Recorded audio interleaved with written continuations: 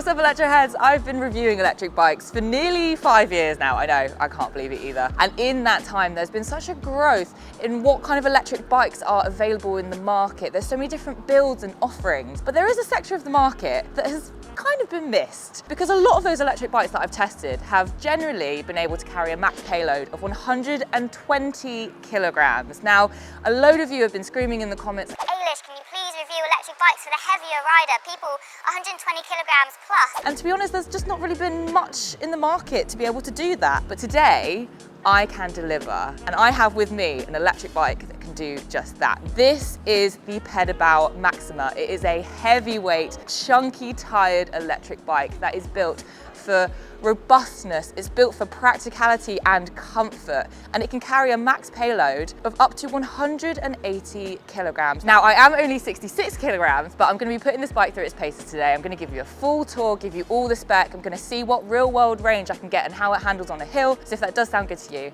then keep watching. Well, let's get straight to it with what the Maxima has to offer. Available as both a fixed and folding step-through frame, today I have the folder option, which is great if you want to reduce your storage footprint and tuck it away in a corner. It can also fit in a larger sized car boot, but with the bike weighing in at a whopping 37 kilograms, I wouldn't recommend trying to use this on public transport. Whether you go for the folder or the solid frame, this bike is built to be heavy duty with integrated front and rear pannier racks that come as standard. For a heavier frame and rider, you need a bigger battery. The Maxima has a huge 960 watt-hour LG battery that is removable to make charging easy and less appealing for opportunist thieves. Range claims for Pedibal are between 25 to 37 miles with pedal assist alone, and I'll be revealing my real-world range results later, so stay tuned for that. It comes with a 250 watt Bafang rear hub motor, delivering up to 55 Newton meters of torque, which is a touch more power than the average motors I test, and needed for a heavier bike and rider. In line with EU laws, this bike reaches a max speed of 15.5 miles per hour of pedal assist. However, if you pay £200 more,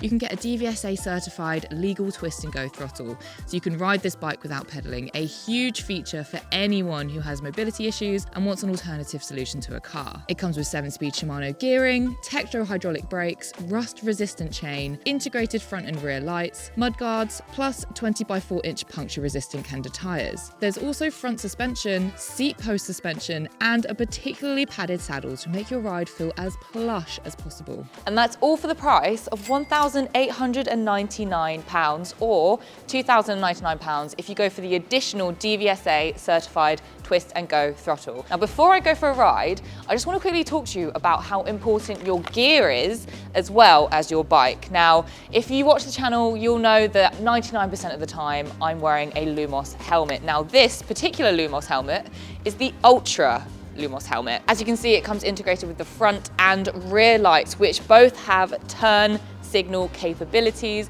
and also there is a visor, which is a godsend for British winter. It's getting darker around 4:30 p.m. these days, so it's absolutely vital to stay as visible as possible in low light, and I find that as well as using the lights on my bike, it's good to have the additional visibility of a light up helmet. That way, if a bike light fails, you've got a backup light and you're visible. But most importantly, this is a helmet designed specifically for e-bike riders. So this comes with the prestigious certification NTA 8776, which is basically a rigorous safety standard which has gone through all the tests to make sure that it is good for e-bike riders, and it is globally recognized. As you all know, e-bikes can go at faster speeds and have greater impact, so this is a helmet designed exactly for that. You can also bundle it with the Lumos Firefly Mini bike lights, which I've done today. But with the magnetic and clip-on design, the Firefly Mini can be attached anywhere. It's not just for bikes, it's also really good for things like backpacks. Lumos has created a clever design that enables the mini light and helmet lighting system to sync flash through the app. This feature ensures that flashing and turning signals stay perfectly in sync. And I do find with the lights on the helmet, because they're that bit higher than the lights on the bike, I stand out a lot more and tend to get spotted more easily. I think it's because in the dark, people are just seeing this floating light that looks like it's from something of a sci-fi film, so it kind of stops them in their tracks. I'll put a link down in the description below of this video so you can find out everything you need on the Lumos Ultra e-bike helmet and also the Lumos Firefly Mini lights as well. And if you use the code Electroheads at checkout, you'll get a discount on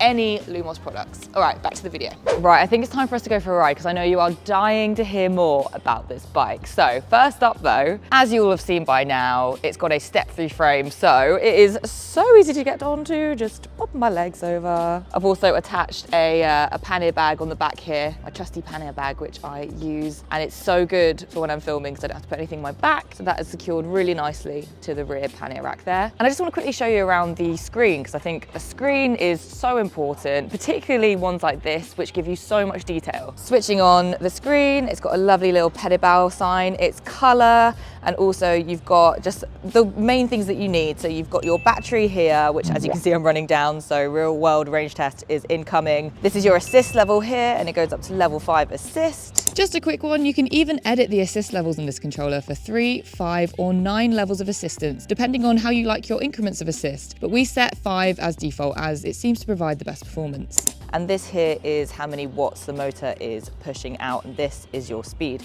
You can press the power button and then it gives you even more information. And if you double tap, you can also, I love this, set up a password so you can make your bike even more secure. Right, I'm gonna get my smart helmet on, let's get on the road. So first up, let's see how many pedals it takes before the assist kicks in, because with a bike that weighs like this does, you wanna make sure that it's starting off pretty quick on its own without you having to put too much weight through your legs and your knees.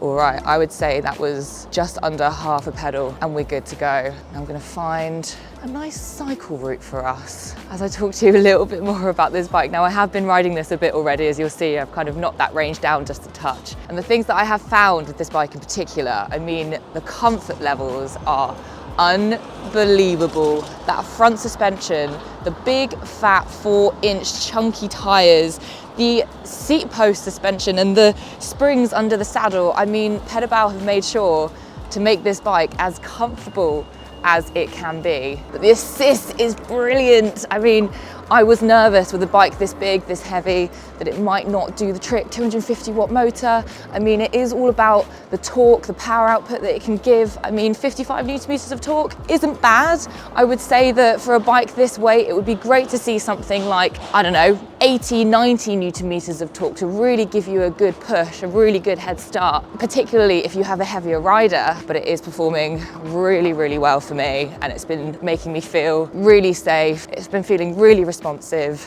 You might be able to hear the motor. It's not the quietest, but it gets you up to 15.5 miles per hour, pretty damn quick when you're in your level 5. So let's quickly talk about the levels of assist actually. So this bike has a cadence sensor. So what that means is when you're switching up to your different levels of assist, you're telling the motor, you're telling the bike that you want basically a kind of a ceiling of speed. So with a torque sensor, what happens is when you push down on the bike's pedals, the sensors are kind of basically monitoring and measuring how much weight you're putting through your feet, and it kind of gives you that amount. Now, I'll be really interested to see how this does on a hill, because again, with this being a heavier bike, you're going to need as much power as possible to power this thing forward, especially if there's a heavier rider on. So we'll see how it fares on a hill. Now, one thing I want to talk to you guys about is the DVSA legal certified twist and go throttle that I have on this bike. Now they are all available with Pedibal. You just need to pay an extra £200 and they'll basically put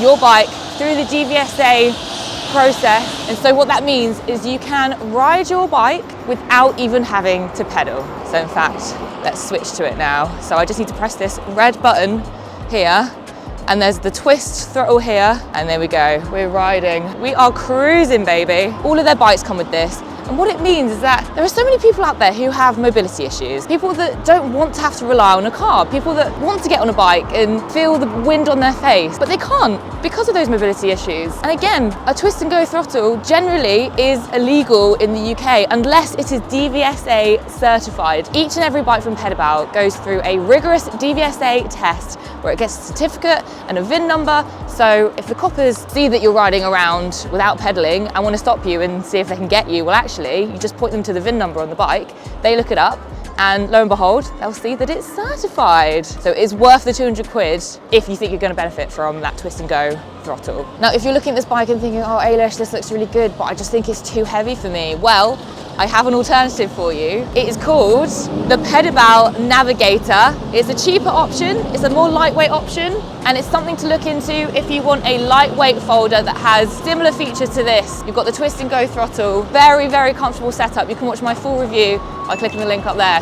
One thing to note with the Maxima is that despite its overall chunky size, the handlebar width is actually pretty compact. This means taking it through doors, tight corridors, and even slipping through gridlock traffic is easier than I expected. It also really helps with the overall fold down size too. Right, so I've taken myself to Finsbury Park to give this bike a hill test. Seems like I'm going all over London these days just to find different hills. So yeah, the incline is it's pretty fair. I mean, definitely for London standards anyway. So I'm gonna take this bike up and see how it does. I'm gonna put it on to level 5 assist because I want that max power. All right guys, are we ready? So, oh my gosh, barely put any weight through my legs and the assist kicks in and it's taking me up the hill. Nice and easy. I'm not doing anything. I'm moving my legs. I'm not pushing. I'm gonna put the gears up here. This is where the gears come in really handy when you've got an incline. Still not really doing anything. And that made an incline so easy, so easy. Right, I'm gonna do it again, but with the throttle. All right, throttle only. Twist, up we go. So I truly am doing nothing now. This is just the throttle. 708 watts it was putting out just there to get this bike moving. We're at 11 miles per hour, climbing this wonderfully. Climbing, climbing, climbing. 11 miles per hour, it's doing great. Beautifully done. Right, I've lost about a mile of range there apparently, just from using the throttle. But hey, look, I know it's not the steepest hill in the world, and I can't wait for the comments, the classic comments, Eilis, it's not a hill. Well look, this is a fair hill, all right? This is a hill I can get to. It's a hill I can find with the range that I have, and it worked very nicely.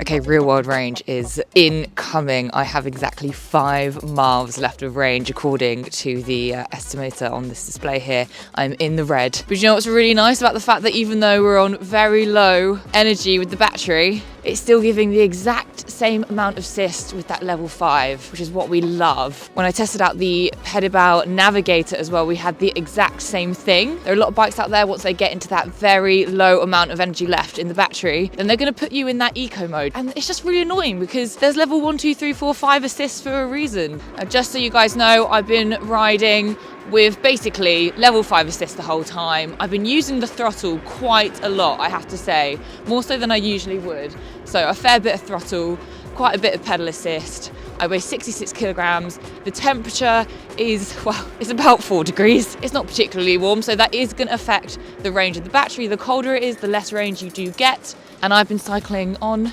a nice varied amount of terrain actually. It's been flat and I've also been doing a fair few hills as well. So a nice mix for a real world range test. And the results are in. Now I just had to get in and get warmed up and change because it is so cold out there. Now keep that in mind as well, because with a real world range test, if we've got colder weather, you are going to get a lower range. If it is in warmer weather in the summer months, you will get more range out of your battery. But I got in total, riding in December at about 4 degrees centigrade, I got 49 miles of range. Now, if you can remember, Pedibal claimed that you can get up to 37 miles of range, and that is with pedal assist alone. So I've actually gone beyond their estimate. So it's really nice to see an e-bike company who are giving actually pretty bang on range claims, because remember that I am not a heavier rider and I wasn't really using any cargo. I wasn't putting it on the bike to make it a heavier load. So my real world range, it sounds about right with what Pedibal is saying. Pedibal have done it again. They've created a fantastic electric bike. I'm always so enamored by what they are putting out. And again, it's just been such a joy to ride. I think this is a really fantastic bike if you are somebody who, of course, is a heavier rider and you want the robustness and the support of an electric bike to take you around. Maybe you're somebody that has a load of deliveries, and so you need that kind of storage space here and here with the front and rear pannier racks so that you can do your deliveries without worrying about the weight. It's also a really great bike for somebody who wants kind of like a fat chunky bike that is a bit of a workhorse, that's able to fold, because if you have limited storage space, then this is a really great option. It's also great if you're a novice rider, if you're a beginner and you're not very confident on the roads, because although it does look like a beast, it is actually really stable thanks to those thick chunky tires. So you're not going to be having any wobbles on the road, and those potholes, I mean, you barely feel them. Now I would say it's probably not a bike for you if you are wanting a bike that you can lift upstairs is. I wouldn't recommend it with this. Maybe also if you're somebody that wants a bike that you can put on public transport for multimodal commuting, because it's a very heavy bike, so I wouldn't really recommend it. But overall, Pedibal, you've done it once again. You've got that twist and go throttle as well, which means that you're able to power your bike along without even having to pedal. So it's ticking a lot of boxes here, and it's really filling a gap in the market. But now it's time to hear from you guys. What do you think